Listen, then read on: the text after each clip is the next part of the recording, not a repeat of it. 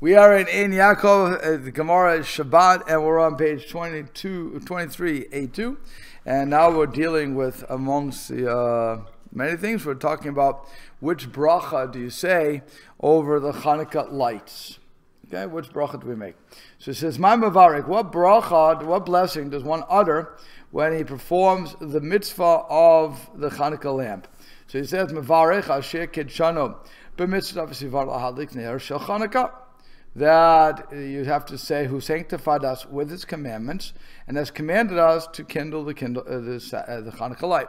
There's three types of bracha, but I'm going to deal with two specifically. One is the what we call birchat ne'anin, and one is birchat mitzvah.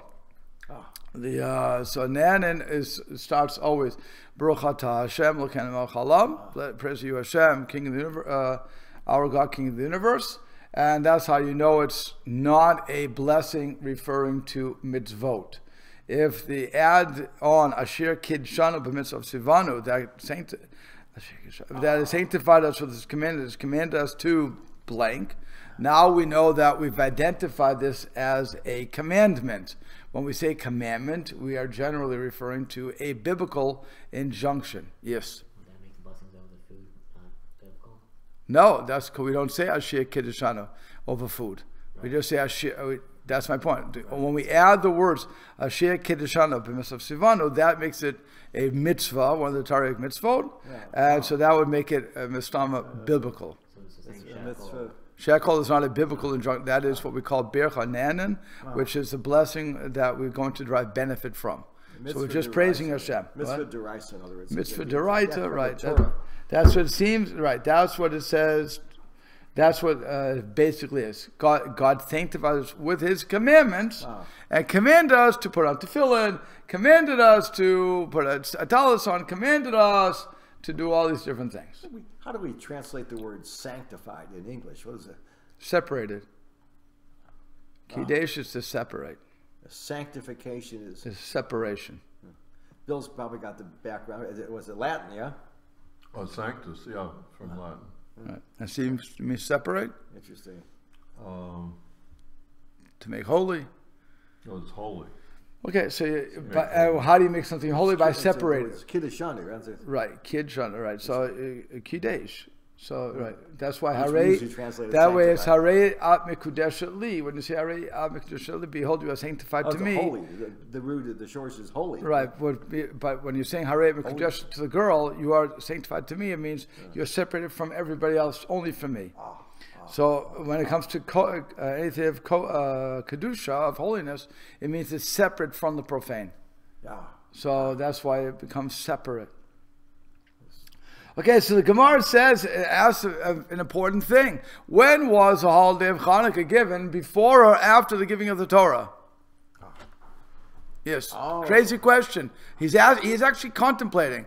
So now answer that. What happened first, being the giving of the Torah or the holiday of Hanukkah? The Torah. Yeah. The Torah came first. Very good. Okay. Torah came first. And when was Hanukkah? Much later. 167 BCE. Torah is given when? 2000. Well, the year 2000 in Jewish law. No, I need your help. When was Hanukkah in Jewish time? Jewish time, not the Goyish time. You don't know either. We all know dates. 57. It would be what, like 3,500 something? Well, it's 167 BCE. Right? 167 BCE. Yeah. So when would Torah be given? This year, 2018 is what? Is it 57? Is 78? So you would say 3,000. So we're saying it's more than about 2,200 years ago. 21. Good. So you would say it's about 33. 35. 35. Okay. So the Torah is given in 2004 odd of Jewish time. Yeah. So Hanukkah happens 3,000 odd Jewish time. That's at least over 1,000 years later. Yeah. So how can you say Asher Kiddushanu b'mitzvah Tivanu? Great question. Right? Yeah. How can you say that? It's impossible to say that. Yeah. God didn't commit. Did God commit it, Shmuel? Hanukkah. No. So how can we say it's a lie? It's mamash a lie, right? That's what the Gemara is asking. Heichan Tzivanu. Where did Hashem command us? It's much later. It's rabbinic origin. So Rav Avia Amar. You understand the question, right? Okay. So Rav Avia Amar, we said, Rav Avia said that the justification for stating and has commanded us to kindle the Hanukkah lights is from the words in the Torah, lo tasor, which says you shall not deviate from the word that they will tell you. See you later. That that's the rabbis. So that's from Devarim. It says straight out in Devarim that the rabbis are going to say something. They have the power to adjudicate Jewish law. Therefore, it's as if I commanded you. So now you can say Ashir Kiddushano, but Mr. Sivanu. Yeah. Before that came out, I was wondering if it had to do something with the menorah, because originally it was the menorah. I mean, isn't there a blessing to say the menorah like Ashir Kiddushano? Because in the giving of the Torah, there was also the rules for like setting up the implements in the base of Mikdash. So you're asking, was there a bracha that the Kohen would say before lighting the menorah? Right. I do not believe there was. Oh. Okay, but even if there was, since this is not, that would only apply to the temple in the menorah. That would not apply to the menorah in our homes. On top of that, the menorah in our homes is also eight. What? Yeah.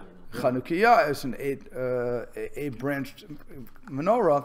So you couldn't, just as we don't say Ashir Kiddushano Svano Shekoni Vivaro, all this tot te, or whatever you want to say. So wait, let me just finish, okay? So just that we don't do that, and so many other things that we don't say when it's rabbinic. So Hamosi Lechem Arts, again, we don't say that, right? We don't say Ashir Kiddushano, because it's not that way. But when the rabbis gave this decree, so they had to attach it to something. In other words, that's the question that's going on here. How do they make it as if it is one of the 613 commandments when it clearly is not? So we have a verse, lo tasor. You shouldn't remove yourself from it. Yeah. Here's the next question then. Yeah. So why isn't that the case in every rabbinic law? Such as? The rabbis have the authority from the Torah. So such as? Anything. Because Hamotzi Lechem and Arts, again, you're getting benefit from. Hashem didn't command us to have benefit. But I'll give you an example where we do it. When you're washing your hands. Ooh. There's no mitzvah to wash your hands per se. There's also that we say Ashir Kiddushano. Then you have this other, in all of rabbinic command. The reading of the Megillah itself. Ashir Kiddushano. We say that again. The reading of the Megillah for Purim is later. How do they break it down then? Which gets Ashir Kiddushano? When it's a mitzvah.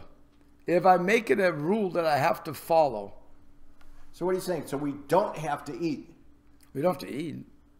It's good to eat, but we don't have to. You have to. You want to eat, because sometimes you eat, but then you're just praising God. There's no mitzvah to eat. There's no mitzvah to drink. So what about on Shabbos? Don't we have a mitzvah to eat 3 meals? Mitzvah to eat 3 meals. So, but again, that's just eating. So the answer is, if I didn't eat a meal, I'm not transgressing a commandment. Because I'm learning out from Shamov Zachor, and that's 2 meals. I mean, that was the candles. I'm learning out from different things that I have to have meals, but it's not a mitzvah per se that I have to make a shir kiddushana for. I have to sanctify it with kiddush, so on and so forth. So for kiddush, I do say a shir kiddushana.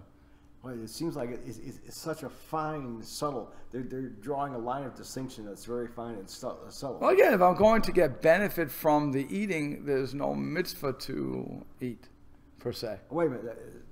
If you're going to get benefit from it. In other words, we call it Birchat Nanin. Right. Birchat Nanin is Nena, with Han'ah.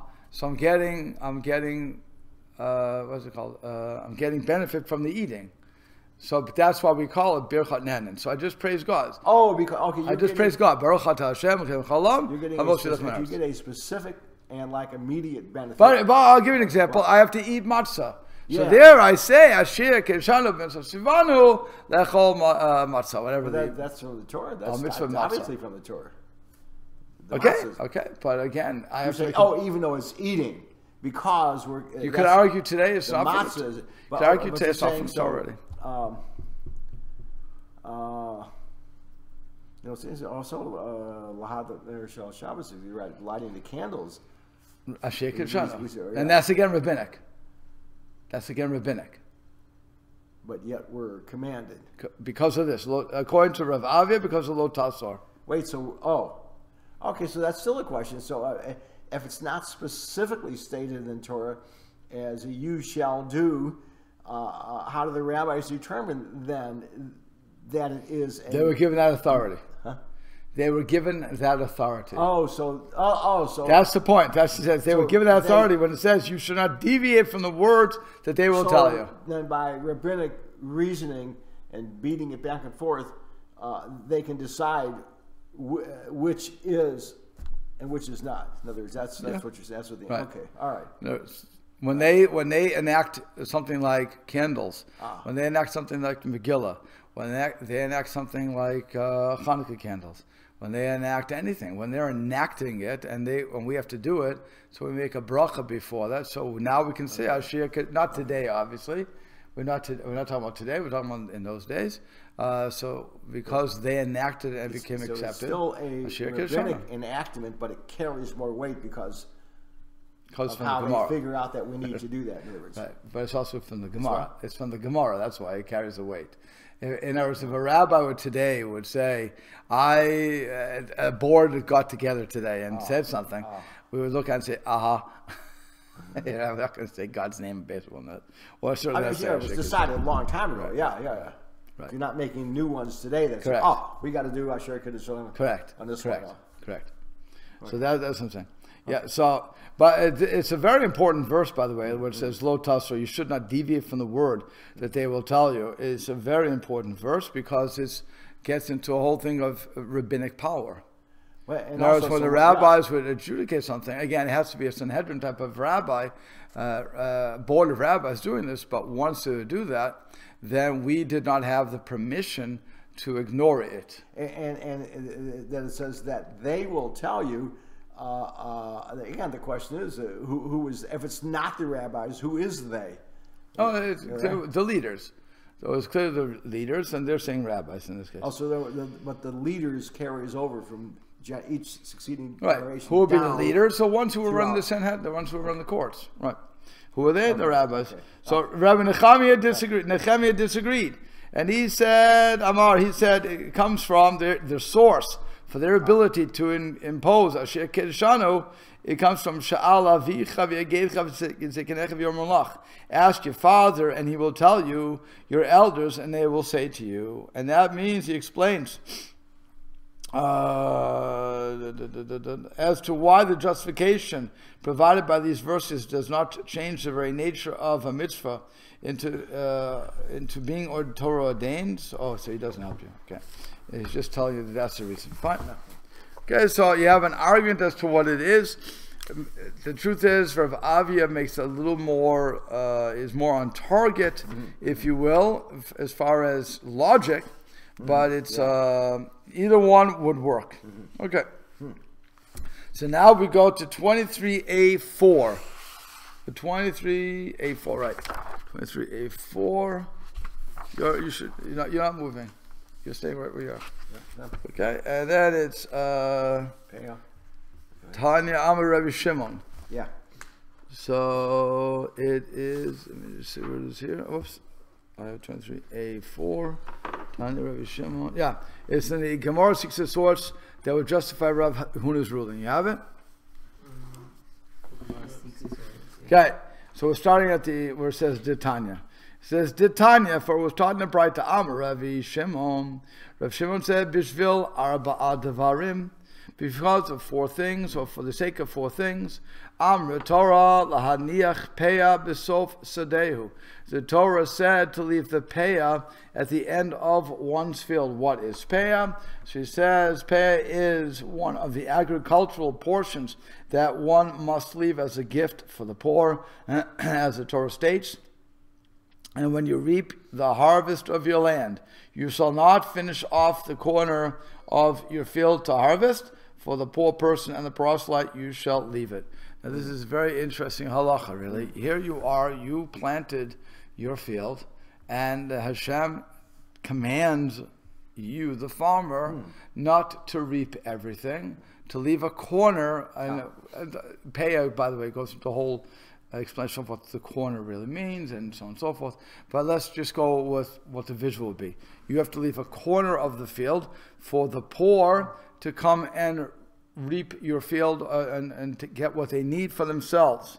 Okay, it's not supposed to be making money off this, but they need to get themselves. What's interesting is if you decided to reap it for them and give it to them, you have broken the law.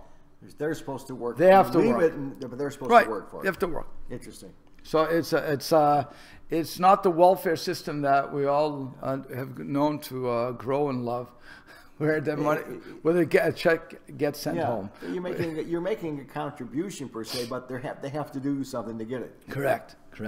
And if they don't get it. Is it just one corner, or is it one corner? Just one corner.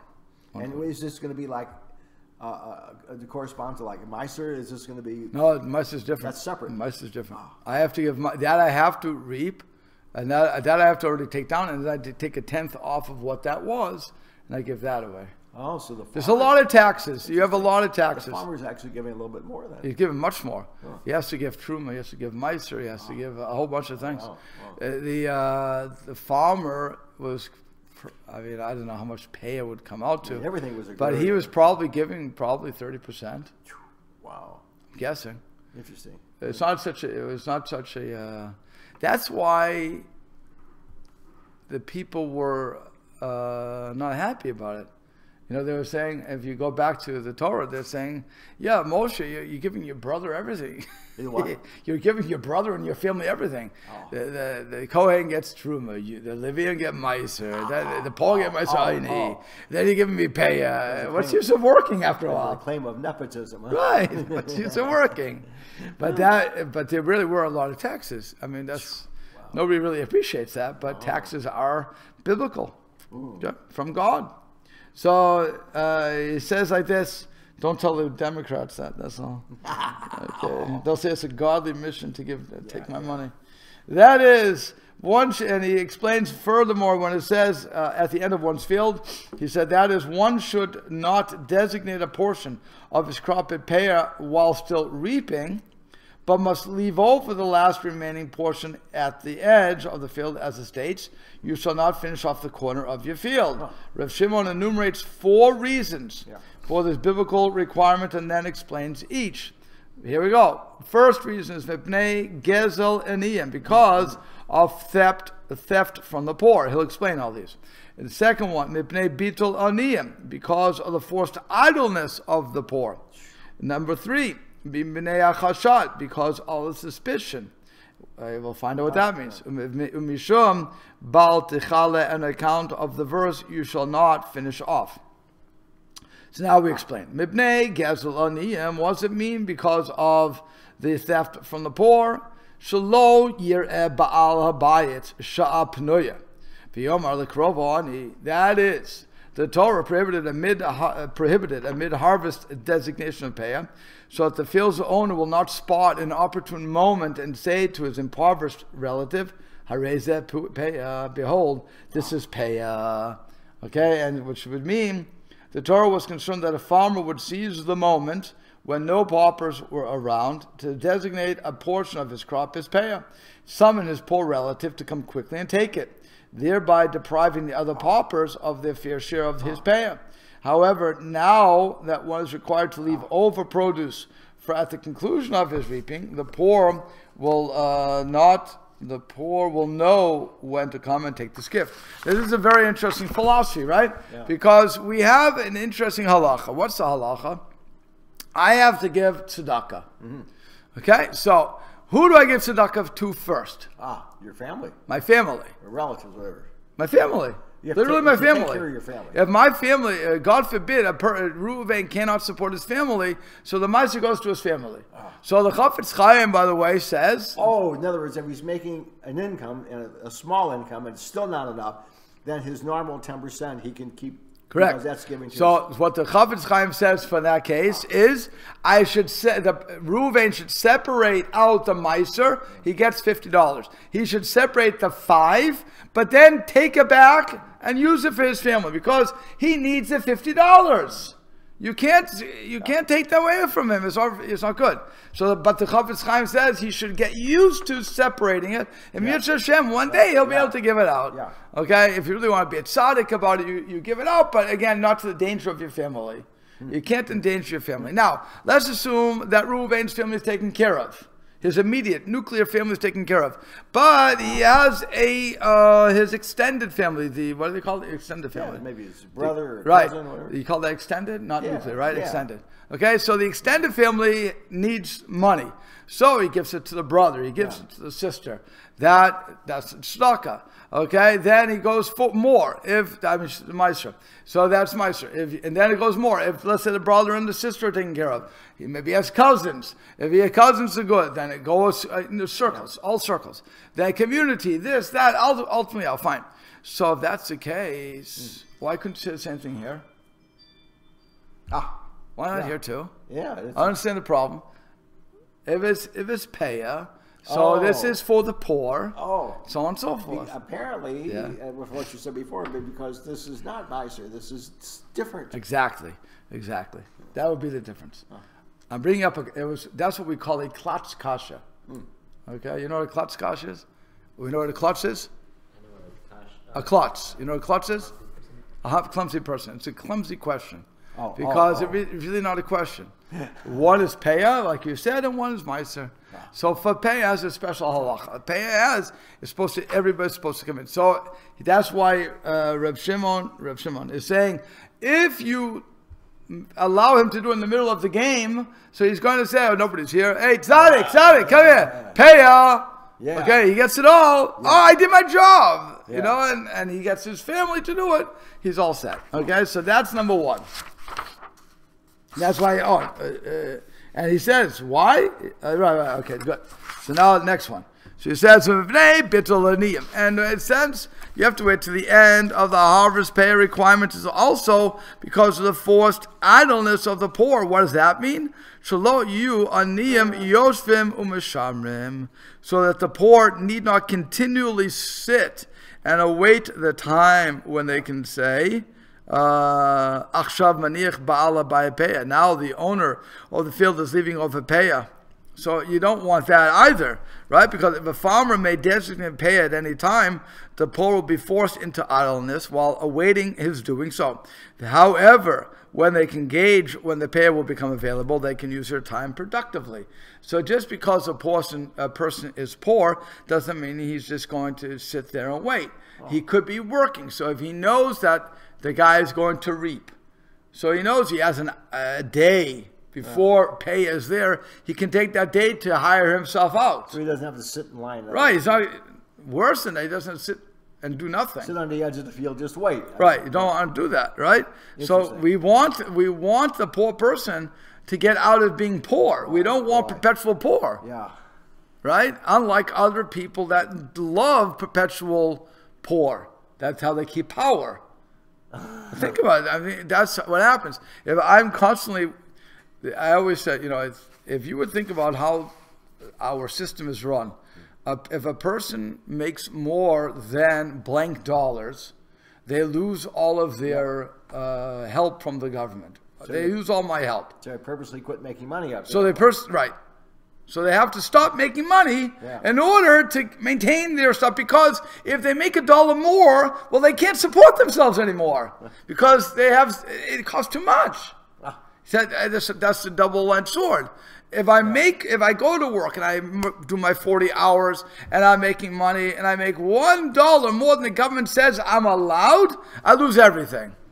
Right? On the other hand, think about it. Logically, you would say, make the money and I'm going to support you. And when you get out of your poor status, I no longer need to support you. Now you'll support the other guy, and we'll have a nice system. They have some kind of variable scale instead of just have a cutoff. A variable, it seemed like government support should be based on a variable scale. After you fill out your tax form, and after everything's said and done, you made all your deductions, and so, oh, now you're making it this level. It should be. Yeah, but again, they have to $20,000 in South Bend, Indiana. It's not $20,000 in New York City. So it needs to. So be, you have to you have to do that too. A cost of living in each. Right. So that's another problem. The government. Again, the federal government doesn't break it down like that. Right. So now you have a problem. So but that's like I'm saying. Here is when you come into that sort of thing where the Torah is saying, one, I want the guy to have to go out, and I want him to have to do a job. He has to reap. He has to get his own food. It's not. You can't give that to him. Number two, you can't make him idle, waiting for you to announce, hey, this payah. That's number two. The farmer should say, I'm going to be ready to reap on such a date, and then you can come and get the stuff. In other words, they should know ahead of time. They will know ahead of time. Okay. Because the reaping season. So they know that they have this much time. Yeah, okay. Unlike if the guy could just announce whenever he wants, this payah. And so now if they don't know when he's going to announce, where he's going to announce. No, it's all set. In other words, let's get it set so the person can go to work. Yeah. I saw somebody yesterday who he's a seasonal worker. Yep. Seasonal workers are probably the worst type of profession you can be, because when the season's over, you're out of luck. Yep. You're not going to eat that day. Mm-hmm. And, but so he was trying to look for jobs, the day jobs that he can get from people, but because of how everybody works these days, the economy is not so great. Regardless of what's going on, the economy is still not so great. So nobody has money to throw at him to clean leaves, whatever else. And for the most part, those people who do have somebody doing it already. Okay, so it's not that, if I don't have my lawn being done by somebody, it's because I don't want it done by somebody. I'm willing to do it myself. Yeah. I don't have the money or whatever the case is going to be. So now for the guy to come and say, can I do a job for you? I also don't have the money for you, sorry, but that's what we're talking about. If I know when I'm going to go back to work, so then I have to be like a bear and store up my food supply for the winter, if you will, and then I don't have to worry about it. You have to really figure these things out.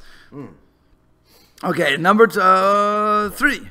So he says, "Umipnei chashad," and for the requirement of you can't just declare it's going to be payah. You have to do it the proper way because it's suspicion. What's the suspicion?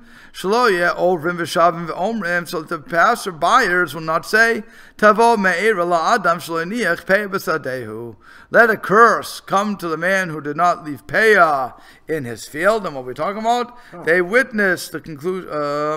It is this part of the bright that provides support for Rav Huna's ruling. For it teaches the Torah itself was concerned about people's suspicion, and therefore structure the mitzvah of payah in a way that avoids them. So if I don't, and again, if I can declare payah whatever I want, or I don't, or I can do it in the middle of the field, whatever it's going to be. So then people are going to assume I didn't do it. It's not very nice because you show is done, called it done the chaf sechut. You should judge every person to side of merit. But nonetheless, people don't like to do it. People generally, we'll learn this also from the Gemara, like to look and see the negative. So they see that they didn't see me leaving payah, so they assume that they didn't see Reuven leaving payah, so they assume that Reuven didn't. So they say that the curse come to this guy. So if you have a standard time, a standard season for the reaping, and you don't, then you certainly don't do it before then, so they can't say this against you. And on top of that, if you have to leave it, you leave the corner after all the reaping is done.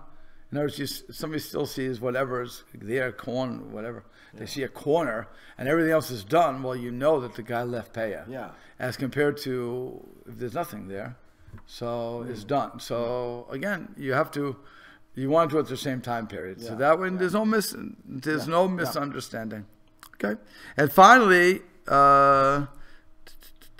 And finally, the requirement is on account of the verse, you shall not finish off, which implies that the payout must be left over at the end of the harvesting. So, atu kulho lav mishum bal tekala, are not all the other three concerns on account of you shall not finish off too? I mean, if you have a biblical reason, why do you have to go for all the other three, right? It says you shouldn't cut them off. So why do I have to know that I wouldn't leave it for my relative? I don't want to curse. I don't want, what was the first one? I don't want, the third one was, the second one was, I don't want the poor to have to sit there and wait.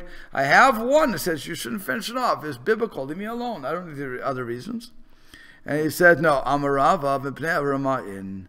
Rava said the reason is, why does Reb Shimon list these other things? And Rava said the Braita means that the end of the harvest requirement is fourthly because of deceivers.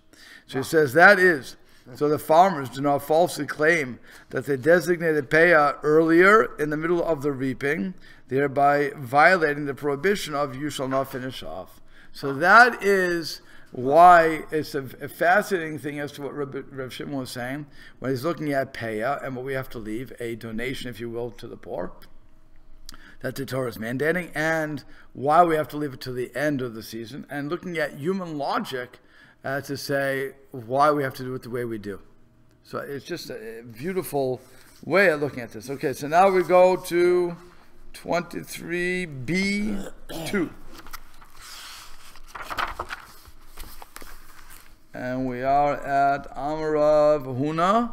The Gemara relates to scrupulous observance of certain mitzvot regarding results in special rewards. Yes?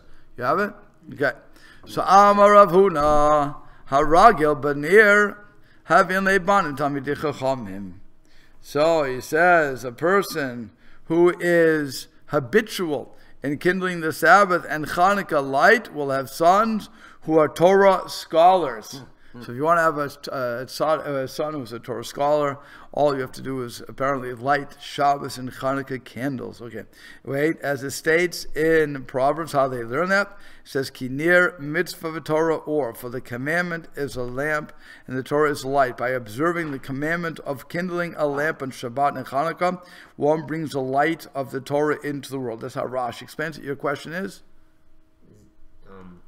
It didn't specify was this for men or women or both, because usually it's the woman who does the blessing with the Shabbos candle. So the woman is doing it on behalf of the man. Right. So it doesn't have to be the man doing it. No. Right, okay. Good. But it does mean, now here's something interesting too, right? I want you to think about this.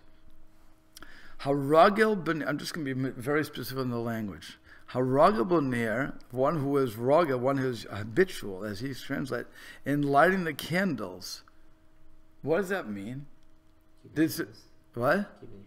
Yeah, no, it's not. Rabbis made a rule that you had to light the candles. Why do we have to light Shabbos candles? So that It's the last. What? why do we have to? Why do we have to? Why do the rabbis institute Shabbat candles? I don't know. It's the last act of the malacha, making fire before Shabbos starts. Yeah. No. Yeah. The reason we have to light Shabbos candles is because of shalom bayis. Peace in the home. What happens? You went to shul. Okay, you come home. Your house is dark. Yeah. You walk in and you don't realize that your wife moved the furniture. And you trip. You have a fight. There's shoes in the middle of the floor. I think about you guys. Okay, people are slobs these days. They like to leave shoes wherever they are. Kids will always do that. Leave the shoes. Why are they in the middle of the floor? Oh, I don't know. And that's the famous. I don't know. I don't know who did that. Okay, good.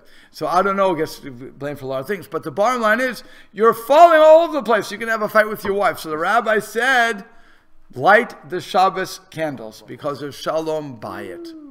Okay, and you should light in every room, so that there's light in every room that you're going to be eating in. That you're going to be eating in.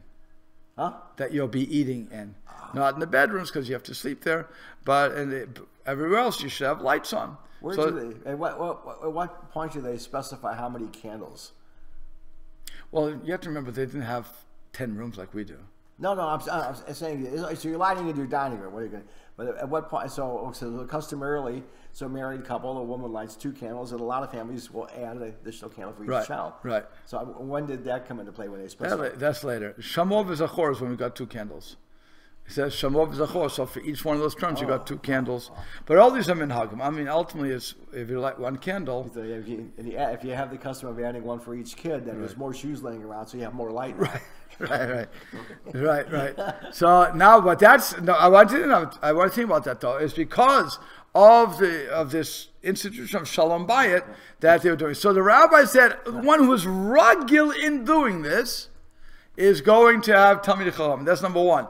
Number 2, it's a mitzvah. I thought it was a mitzvah to light. And by the way, on both of them we see Ashir, Kitchanu, but Mitzvah Sivanu. So they're both mitzvot. We're saying the same thing for Chanukah Lech. The one who is ragil to do it. What do you mean? I have a choice suddenly? So maybe at the exact time or right time. What's the common basis between Shabbos and Chanukah? The lights. Well, no. They're both rabbinic injunctions. Yeah. They're both rabbinic in nature. So no, not Shabbos. Shabbos lights. Shabbos lights and Chanukah lights are rabbinic injunctions. So they're saying if one is ragil to listen to this rabbinic command, so then there'll be roy, there'll be they will have Talmidei Chachamim. Because why? You're showing respect to the rabbis. You're showing respect to the Torah.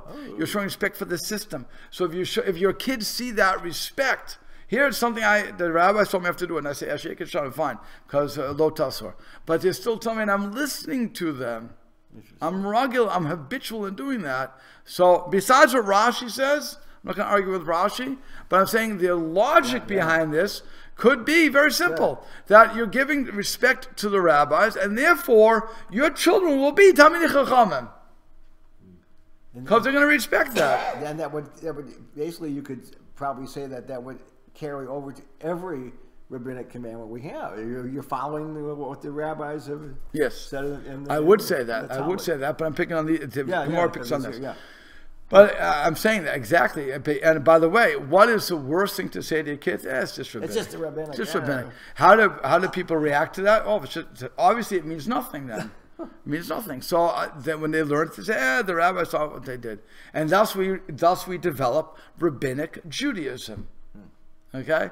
That's where the rabbinic Judaism got, thrown away by the secular world or by the non-Orthodox world. It's rabbinic, it's rabbinic. Yeah. Even when we say it's Rabbanan, when we're looking, we say, when do we say it's Rak Midrabanan is only Midrabanan? When we have to break one or the other.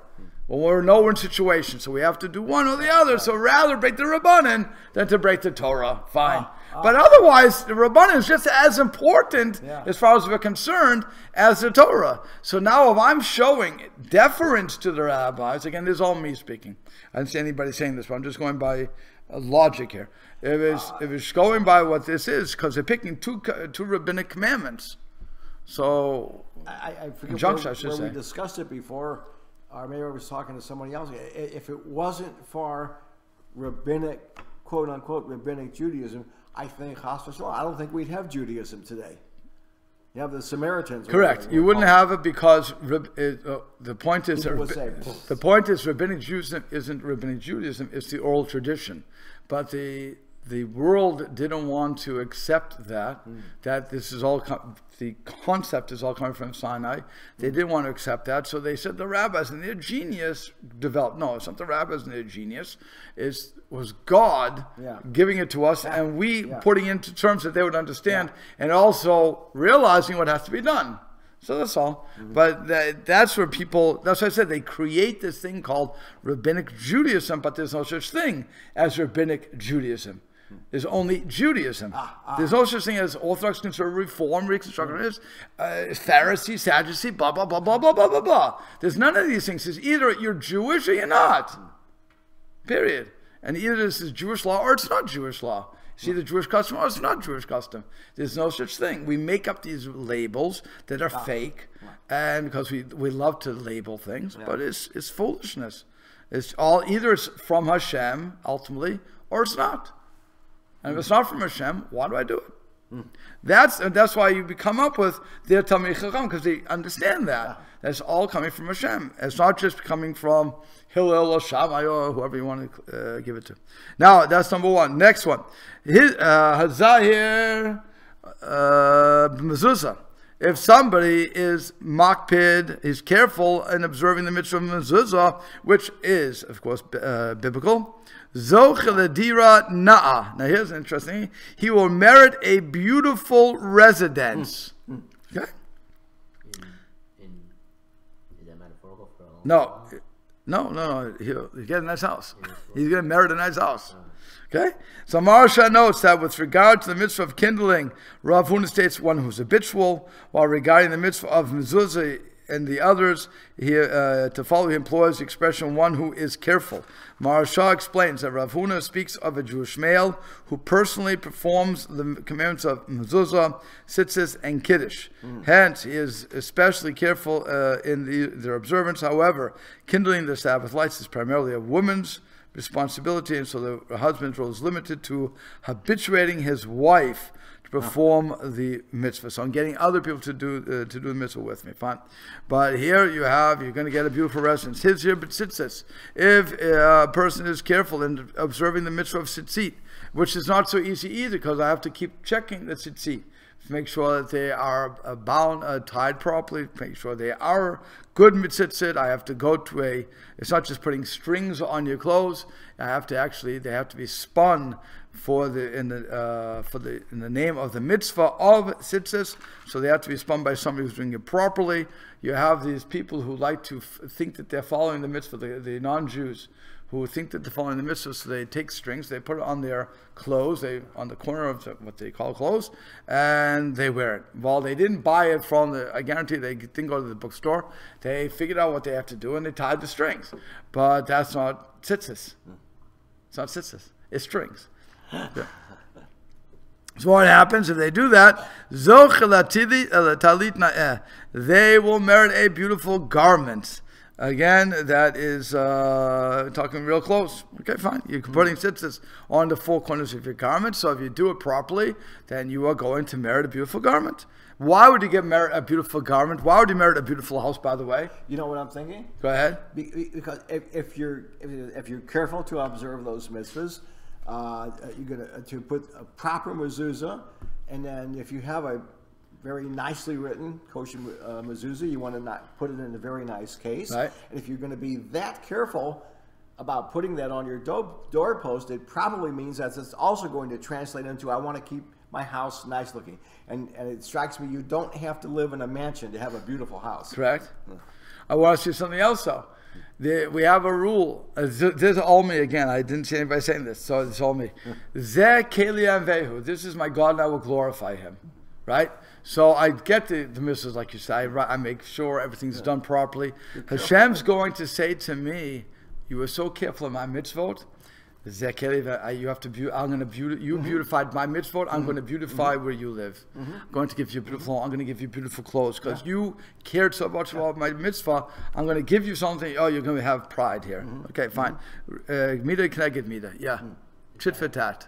It's not necessarily because what Mr. Ornstein was saying. It's not necessarily like you go from living in your house to being able to live in a mansion. Correct. You just when other people see your domain, they think, oh, this is special. This is could mean that, but it could also mean that you're going to get up in the world too.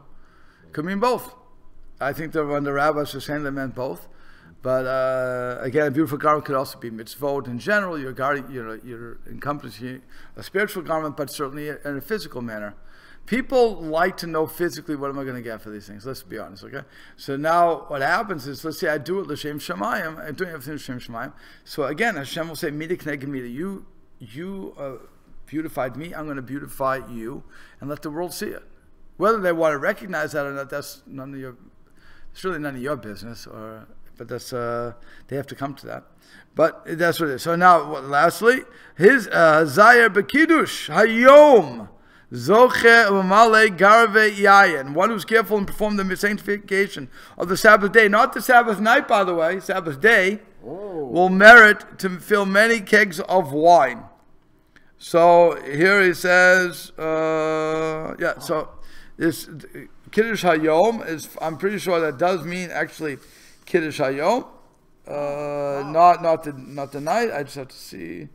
I thought he says it. The nighttime Kiddush is not called Kiddush Yom, the sanctification of the day. Huh?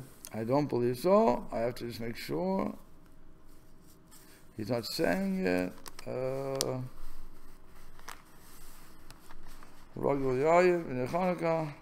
I have to look into that a little more because I'm pretty sure that meant the day. I just don't see anybody saying it.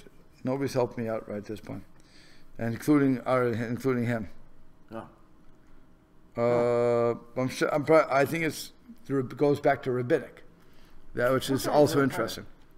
That makes sense then. Yeah, it's going back to Rabbinic. Okay, and we'll have to stop here, but it's a beautiful part. Yeah, you have to pick it up there again Some of because this that's. could be metaphorical too. It clearly could be metaphorical, right? The regal, if you're habitual, Right.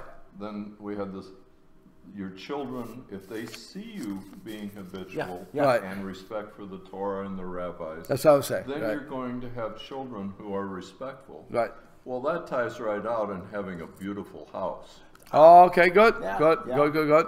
Because it's not the bricks and the wood. Right. The shalom bayis, like everybody says, Right. there's peace in it. But Right. if the next generation is brought up right, Right. it's not just your house that you live in, but the house that you form, your descendants and Good. Very good.